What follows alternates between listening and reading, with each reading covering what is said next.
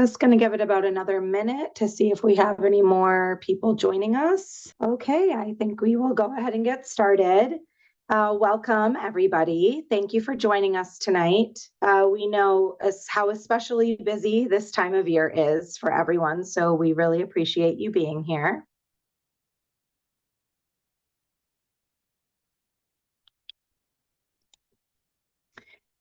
Tonight, we'll provide a brief overview of the current Wilmington school building project, as well as the future of our schools, and then open it up to a Q&A with our panel. This event is brought to you by PAWS, and if you'd like more information about us and our mission, we'll include a link to our FAQ in the chat. And joining the PAWS planning team tonight, we have assembled an expert panel who will answer your questions.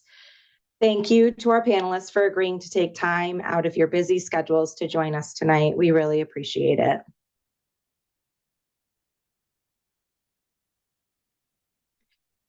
First, we'd love to get a sense of who is joining us tonight. We are going to launch a quick survey to learn who is in our audience. Okay, great. Thank you for answering that survey. Okay, so we are excited to create space for parents to engage in meaningful conversation around our school buildings. As a group, we value respectful, thoughtful dialogue, sharing perspectives, listening openly, and considering different points of view. We ask all participants to honor this spirit throughout the discussion. This is an interactive session, so we encourage you to participate. You can enter questions via the Q&A tool, which is found at the bottom of your screen if you're on a laptop, or the top of your screen on a mobile device. You may have to click the More button to get that Q&A feature to show up. You can also upvote other questions in this tool. So if you see a question you'd really like answered, make sure to give it an upvote.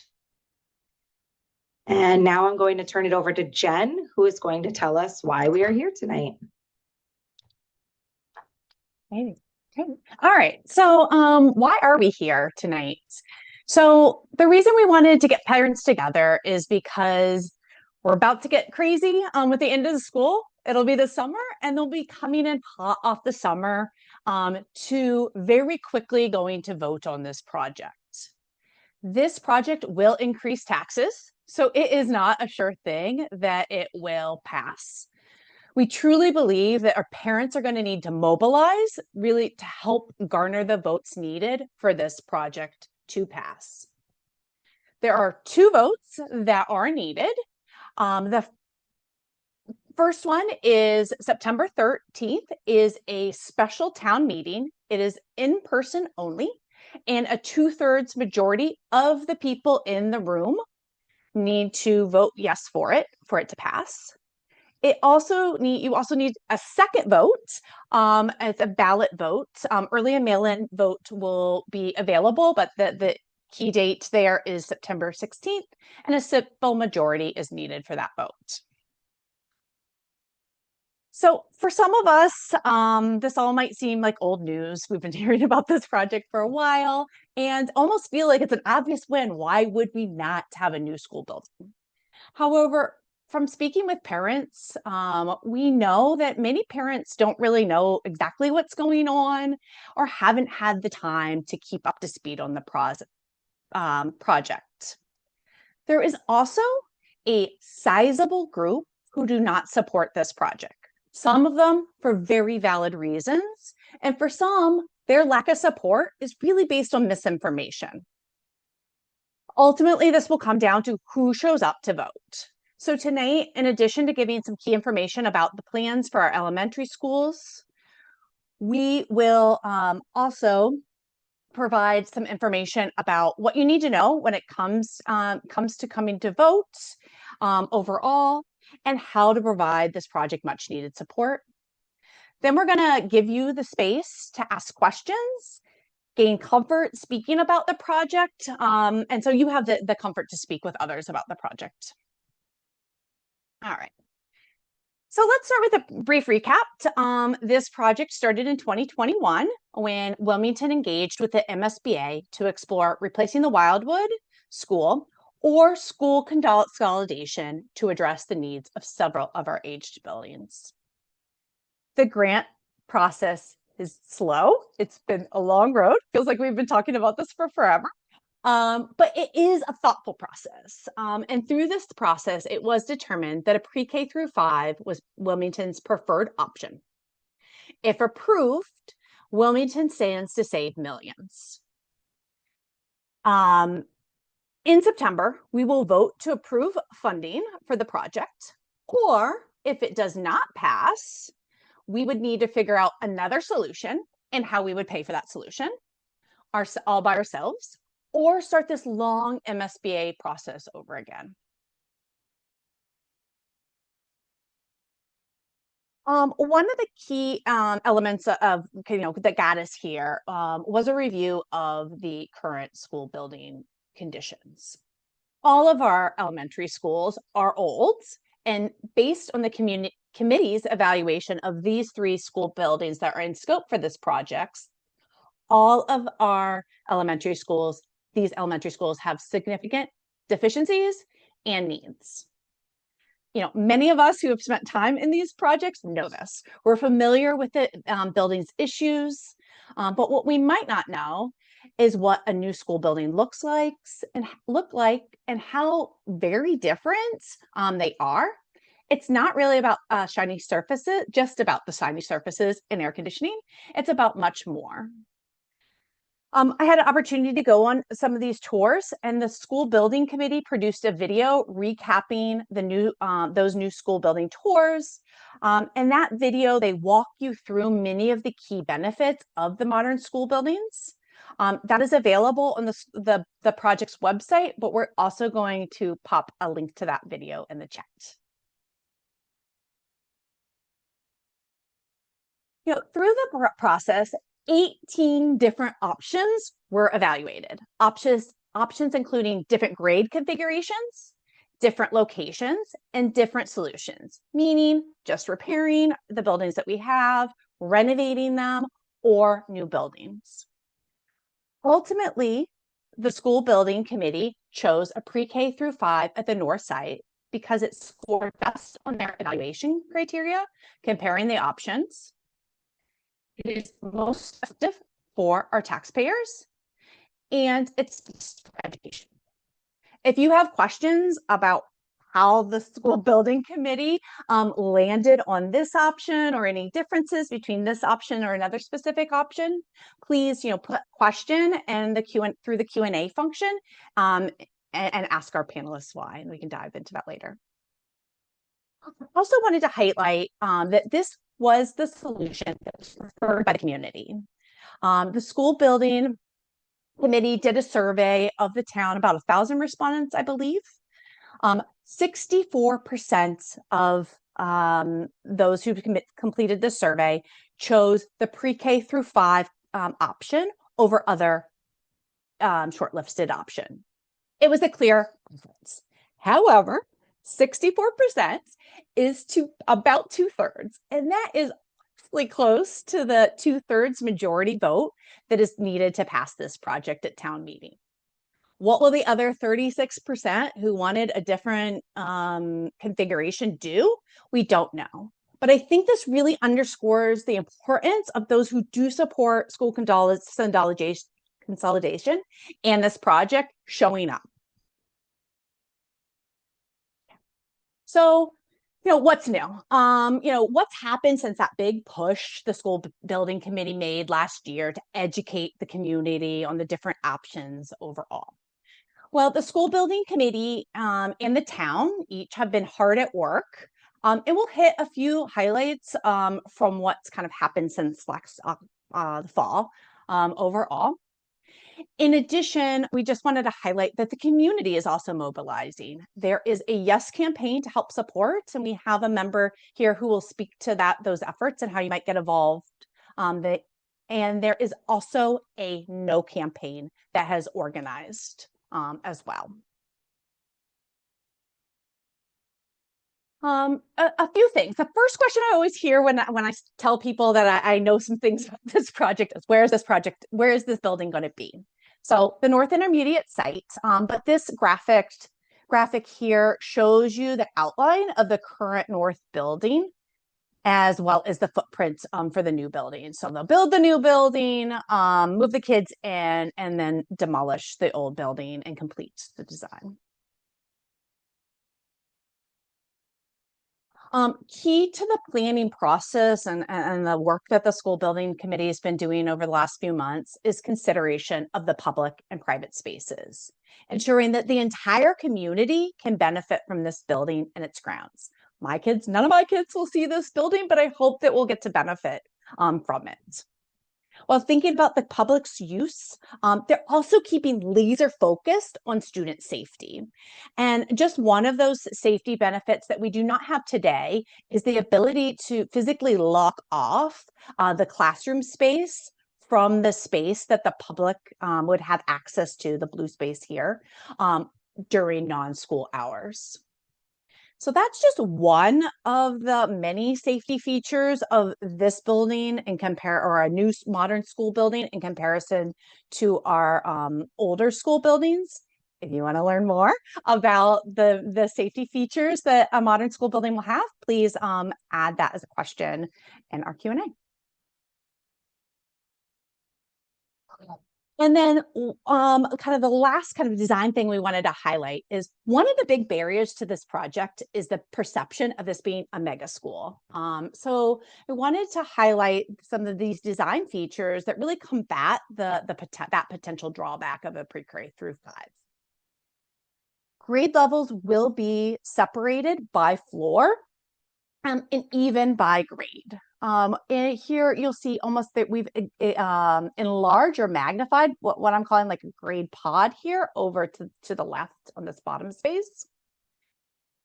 In this magnified view, you can see there's approximately 8 classrooms per grade with special education in this light pink integrated throughout, whether that's through a dedicated classroom or through these little breakout rooms that are attached to the classroom so that special assistance can be had right there.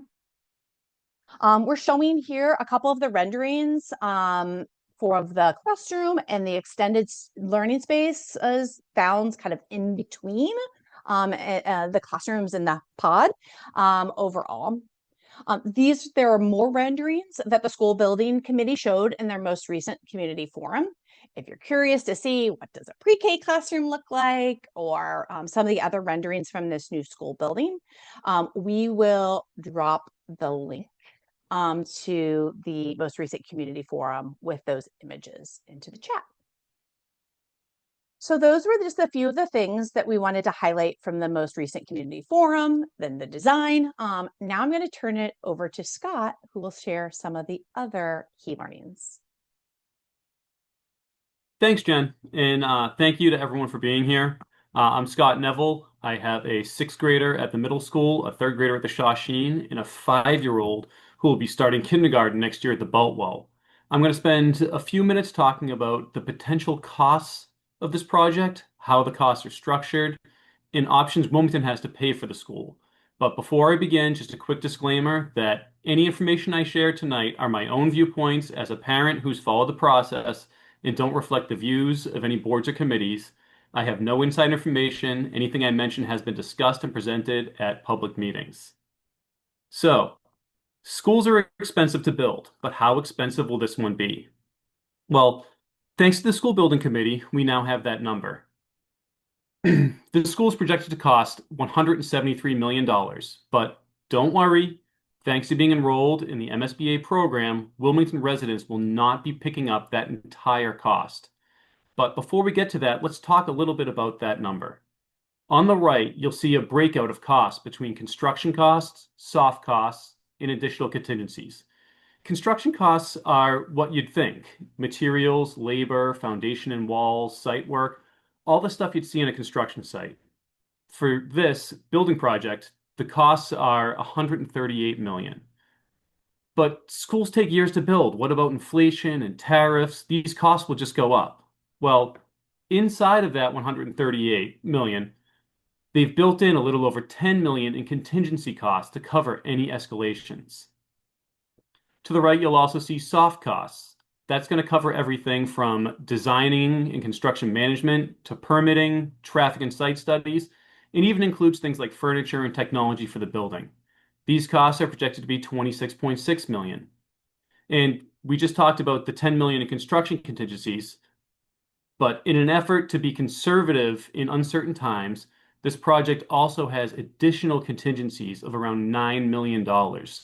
These, again, are costs added to protect against inflation and other escalating costs. Now let's talk about reimbursements. Since we're in the MSBA program, we're eligible for tens of millions of dollars in state funding to help pay for this school. The costs of this project go into two buckets, reimbursable and non-reimbursable. The numbers you see on the screen are estimates and are subject to change. In some cases, they're expected to change, but they give us a pretty good idea of where we stand. First, let's talk about the non-reimbursable costs. The MSBA program has a formula for how big a school and classrooms should be. Following these guidelines makes you eligible for reimbursement. But in most cases, communities decide the formula isn't right for them, and they increase the size of classrooms or expand hallways to create breakout spaces. If the MSBA says a classroom should be 900 square feet, but you build one for 1,200 square feet, the cost to build those additional 300 square feet falls into the non-reimbursable bucket. In Wilmington's case, in addition to classroom sizes and breakout spaces, we're building a gymnasium that's double the size of what MSBA will reimburse us for. So half the cost of that gym fall into the non-reimbursable bucket. As you can see, estimates for reimbursable are 112.6 million and non-reimbursable are 60.6 million. You'll then see our estimated MSBA reimbursement rate of 52.84%. That number is set by the MSBA board and is likely to be adjusted, but if you keep it as our estimate, you'll see we'd receive almost $60 million from the state to pay for this school. Follow the math down, and current estimates for Wilmington costs are $113.7 million. So how are we going to pay for $114 million? Well, the town has multiple funding options. We can take on a debt exclusion, which is kind of like a loan on your house. You pay it down over time. But unlike a home loan, you pay the most money in the first year, and the payments go down each year after that. Over a 30-year loan, your payment in the final year is almost half of what it was in the first year. Other options are capital stabilization accounts and free cash accounts. These accounts are tax money the town has saved over the years, kind of like a savings account you might have. Yet another option is the town tax levy. This is the amount of money the town receives from taxes each year. The debt exclusion option is what the town will use to pay for the majority of that $114 million. But we can use our savings accounts to bring that number down. We currently have a little over $16 million in our capital stabilization account. And on April 14th, it was announced that we had a little over $43 million in our free cash account. Now, we did just vote to spend almost $10 million from free cash at town meeting, but we still have money in these savings accounts to reduce the $114 million price tag if we want to. If the town chooses to use part of the tax levy to pay for debt, this would mean they're expecting the annual tax revenue to be higher than expenses. The town can then use this additional revenue to pay for part of the debt. This is uncommon, but it is exactly how the town is paying for the senior center and the town hall school admin building without taking on a debt exclusion. You'll see the chart on the right-hand side showing fall 2024 and spring 2025 estimates. In the fall, the estimated cost to Wilmington for the school was $132 million, and they estimated an average tax increase of $730 per year. With a new estimate around $114 million, and the option to use our savings to reduce that number further, you'd expect that $730 to become significantly lower. We should have exact numbers for this in late June or early July. This is all great news for the north side, but we have 6 aging elementary schools. What about the west side of town? Well, I'm happy to report that the town manager has come up with a long-term building plan for our schools. If we approve this north side elementary school now, you'll see there's a plan to mirror this consolidation on the west side in 2036.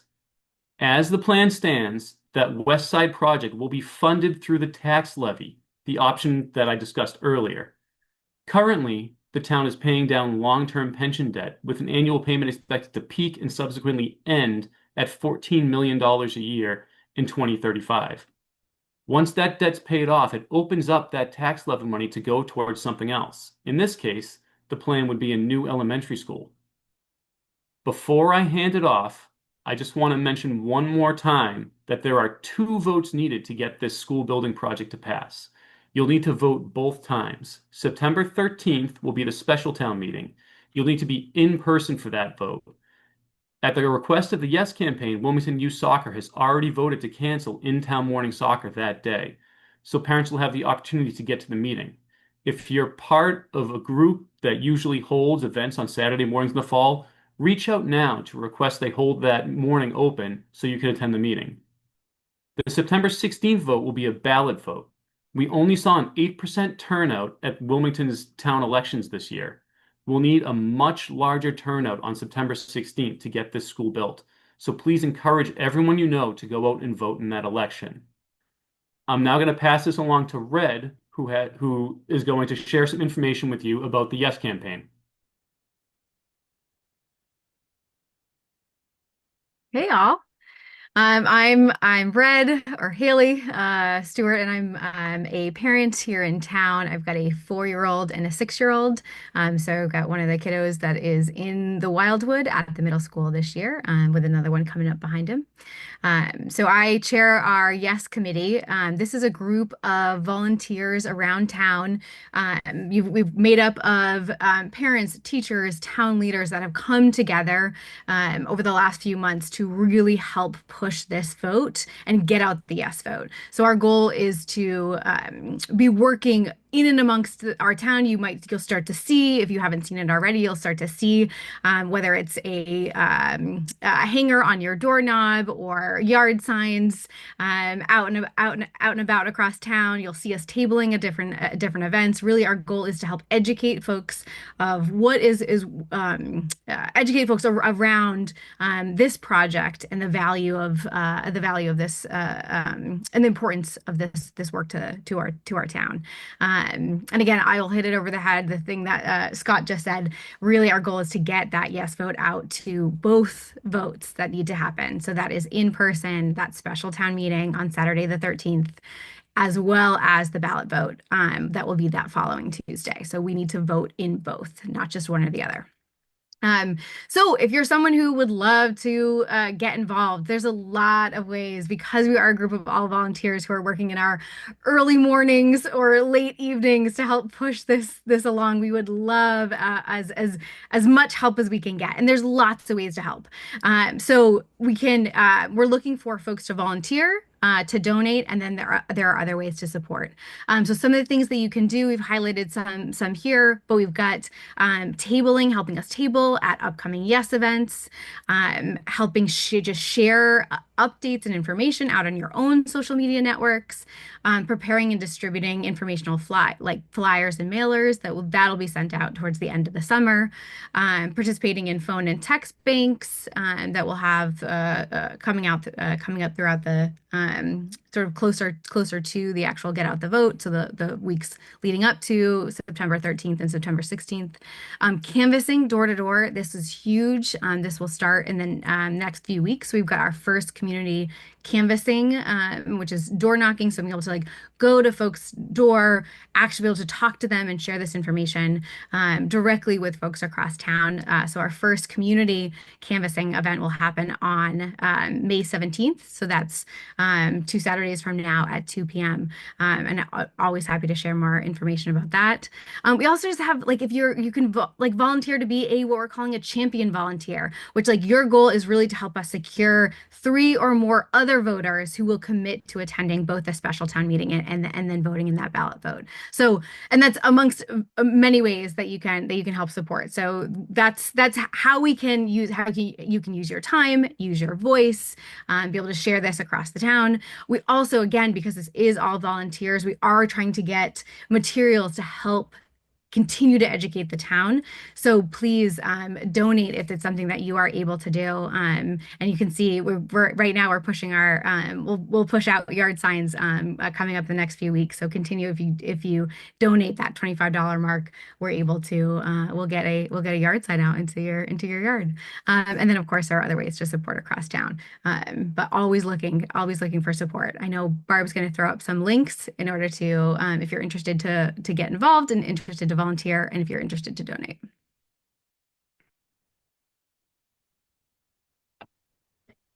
Thank you, Red.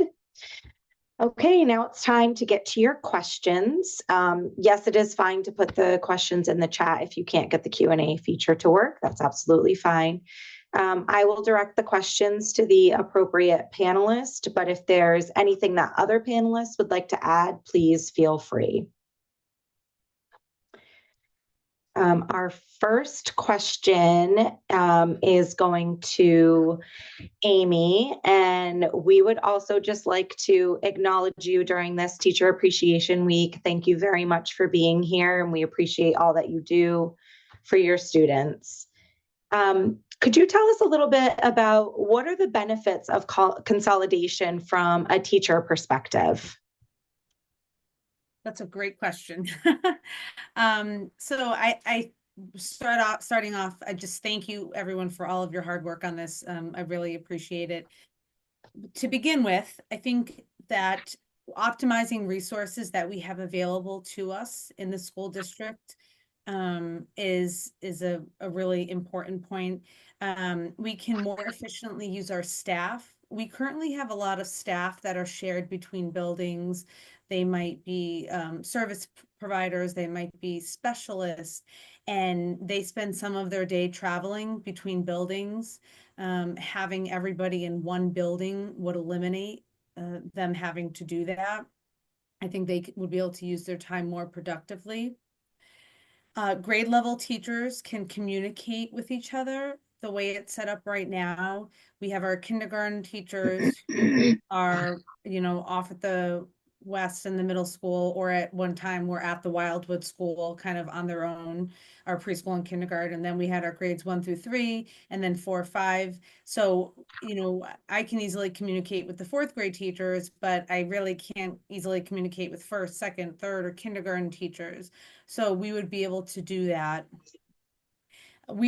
One of the things that is really important in all of the schools is to create a very strong school community with all of our families. And it's unfortunate that as soon as, families start to feel comfortable, they're off from, the Wildwood School to the Woburn Street.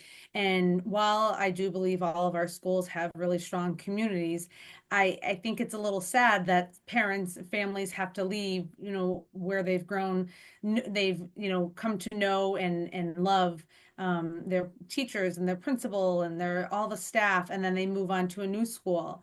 And I do think that is actually a really big plus to school consolidation, that stronger school community feeling where families feel connected for 6 to 7 years, depending on if your child starts in preschool, and then it carries through to the end of 5th grade.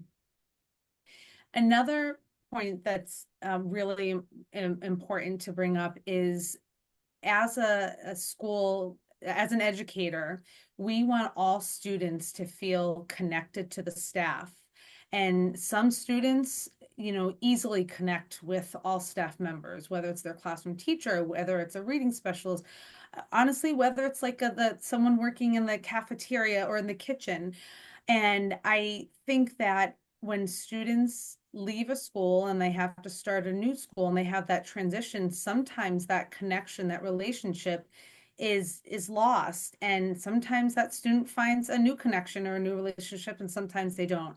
And I think that through school consolidation, those connections can continue for the entire time that student is in elementary school. And I think that has a huge impact on their social, emotional, and academic learning. through school consolidation, we can focus and use our resources better. Just our custodians alone, we are, having our custodians in one building, we would most likely have more than one custodian. And if we did, problems within the building can be addressed a little bit more quickly. And, right now we have one, sometimes two custodians in the buildings. And, and I just think using our resources, not just our staff, more efficiently is really a big plus to school consolidation.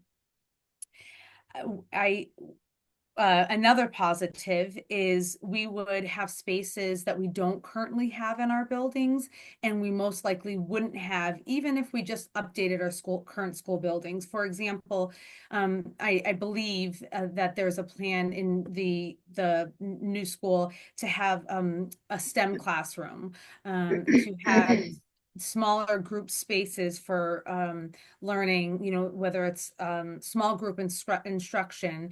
Right now I think it's in between classes and those can be shared. We don't currently have those spaces in really any of our elementary schools. There'll be spaces for teachers or staff members to have more confidential conversations with other staff members or with parents and families. Right now, those spaces are really hard to find since we're utilizing every space that we can. Also, school consolidation will allow it'll create equity for students to have equal access to new modern educational spaces, with a plan for the other side to experience that same equal access. And the other piece, is while some people may argue that, well, this is, just one side of town will benefit from this.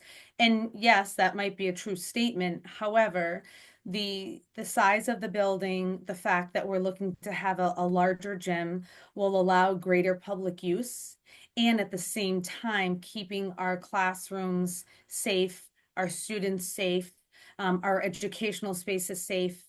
And that, I think that that benefits the entire community, not just the north side of town. So those are all of the reasons why I feel that school consolidation is the right choice here for pre-K to 5. Thank you so much, Amy. Glenn, this question is coming to you. I'm interested in capacity of the current schools that would be consolidated versus proposed school, and whether the new building will accommodate potential population growth in the near future. Yeah, thank you. And let me just echo Amy's sentiments. Thank you so much for members of PAWS for hosting the event and all of your hard work to make this possible, and for our panelists here tonight. It's a great question. Let me start with, first off, I think capacity as a larger question. It is abundantly clear, if anyone were to take a look back in time, when the town facilities master plan was completed in 2018, the bulk of that work, as I understand it, was done in 2017. That report was issued in 2018. And if you were to take a look at the school facilities specifically as a part of that study, what you would find is that, if I'm not mistaken, in all of our elementary schools, all of our current schools and their current layout, their current square footage is in fact undersized, and undersized in the sense of being able to provide adequate learning space for providing education in modern times or current time periods. Each of the schools, when they were studied in that facilities master plan, not only identified facility repair and renovation, but it also identified additional square footage that would have to be added or built on to those facilities in order to bring them up to current standards or codes, if you will, by the Mass School Building Authority. How much space do you need to deliver an educational program on all of the various tenets of such program in today's time periods, in a period that's very, very different, of course, than when these buildings were built. When it comes to the new school that's being proposed, we have an enrollment of 755 students plus pre-K. That's a very defined number, And it was a lengthy process that we as a community went through, like any other community in this partnership program, with the MSBA. Take a very long look at our enrollment projections. There's a methodology, in fact, to these projections that the MSBA carries out. And we are able to provide them with a sense of any new building projects that might be coming online in the community, and we did that. They took a look at what our historical enrollment is, and they have a formula to which to forecast it out. And so where we landed with this enrollment is what is firmly believed to be reasonable space to accommodate the student enrollment that we're predicting on as part of this side of town for this project going forward. Over the long term, will it be sufficient for what enrollment needs might be 15, 20, 25 year plus from now? And that's a tough question that anyone sort of becomes a difficult one to answer. But based upon a look at our enrollment trends as a community, there is a very firm belief that what we're building here, should this project come to be, will be adequate to provide accommodation for growth, and take into account what we know to be students that are in our system, takes a look at what our recent birth rates are, and so on. So we're confident that this school will provide adequate space.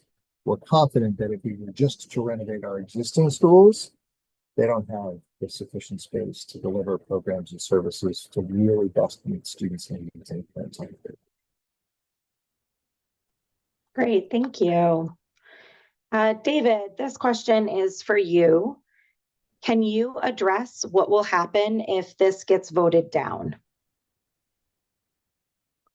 Well, if we don't get both votes to be to pass at both the special town meeting and then the debt exclusion vote, the special town meeting is necessary just to actually have the contract with the MSBA. Like, it's a requirement of the program that the town needs to approve the project in order for it to move forward.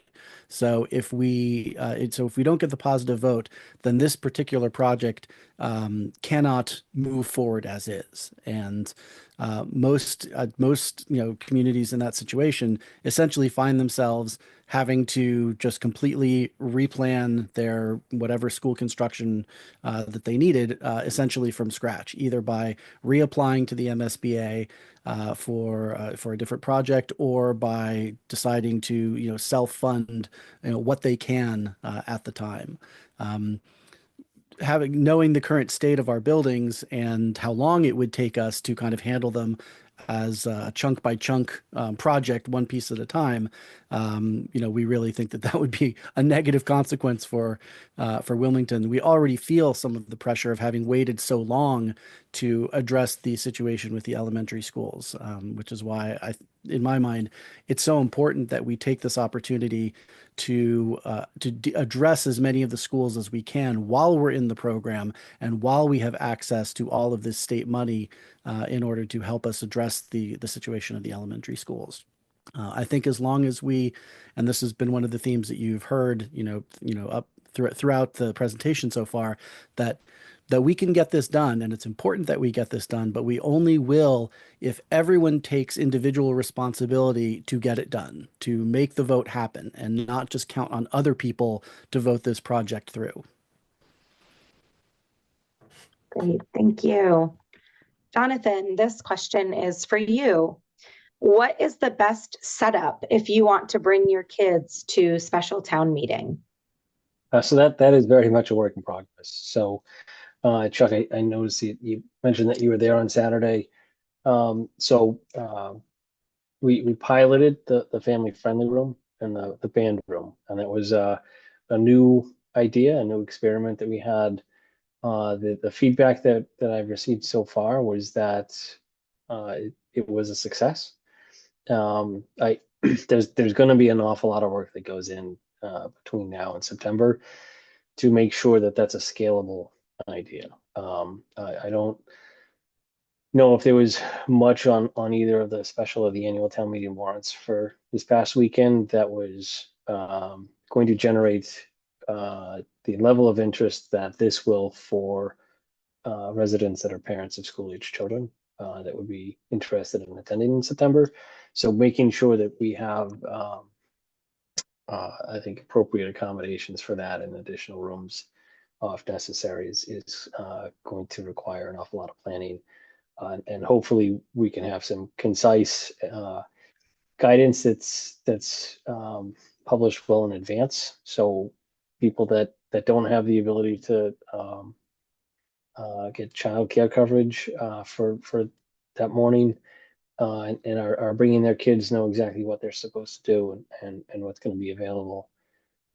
So I see Megan, someone was playing Sonic. So, and I know, I guess Pokemon had a good day in the family-friendly room as well. So, we Mary Osgood was the alternate moderator in that room. She's a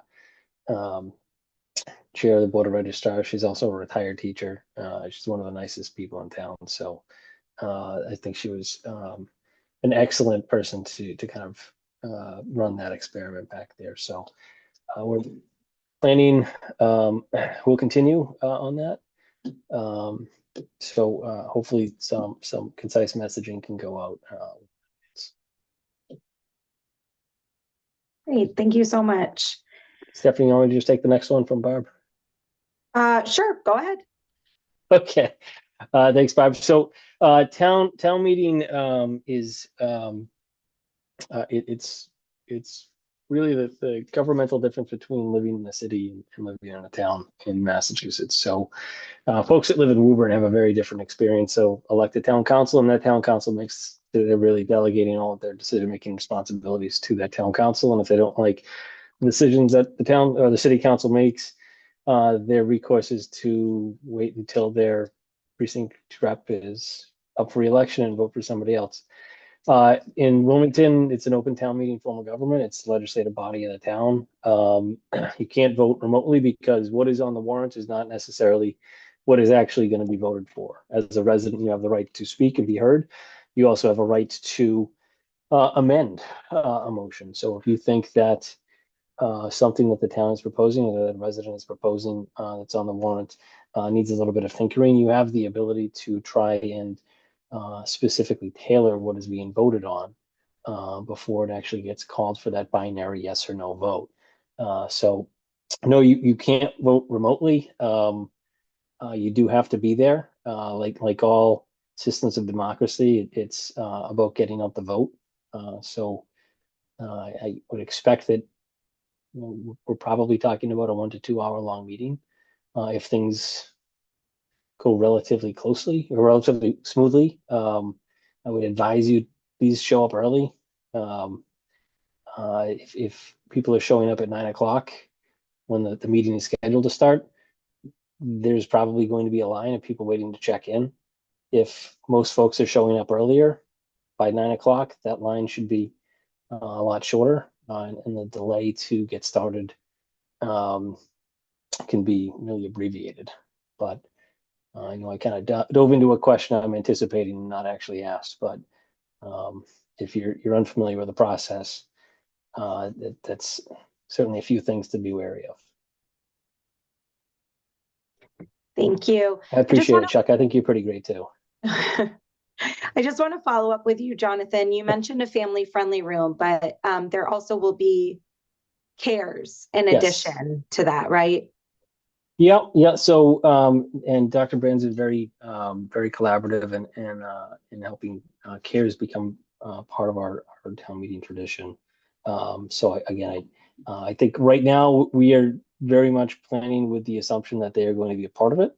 But I think the details are yet to be totally finalized. We need to secure which staff members are going to be there, and we're pretty proactive about messaging and getting folks to sign up for CARES in advance.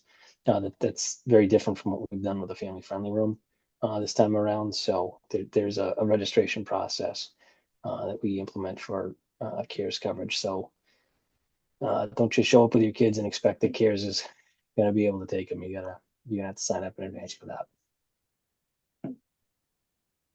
Okay, thank you. Glenn, this question is for you. What features will a new school have that our current schools do not have? Well, we'll go back to what Amy, thank you for the question, talked about, and that start with STEM program space that our current schools don't have at the elementary level. Science, technology, engineering, and such. If you would argue that it's a fundamental, should be a fundamental feature of educational programming in the time periods that we're in, and so we just do not have the space in our current educational facilities at the elementary level for that. So that's number one. Number two, special education related programs for students that may have additional educational needs. Again, the delivery of education in 2025, even if one's experience in education perhaps at this point in time was only looked back as a student, and I think everyone can appreciate that vastly different from 1955, 1950, 1960, when the buildings that we're talking about were built. And they weren't designed with the kind of smaller programmatic spaces that our schools here in Wilmington, and schools in Woburn, and schools in Burlington, and anywhere else really do need to try and best meet the needs of all of our students. So there's been a lot of thought that's gone into ensuring that there's appropriate programmatic space for all of our grade levels in the school, and other additional services such as occupational therapy, physical therapy, school counseling services. All of those things are things for which our students require. We make the best of what we have from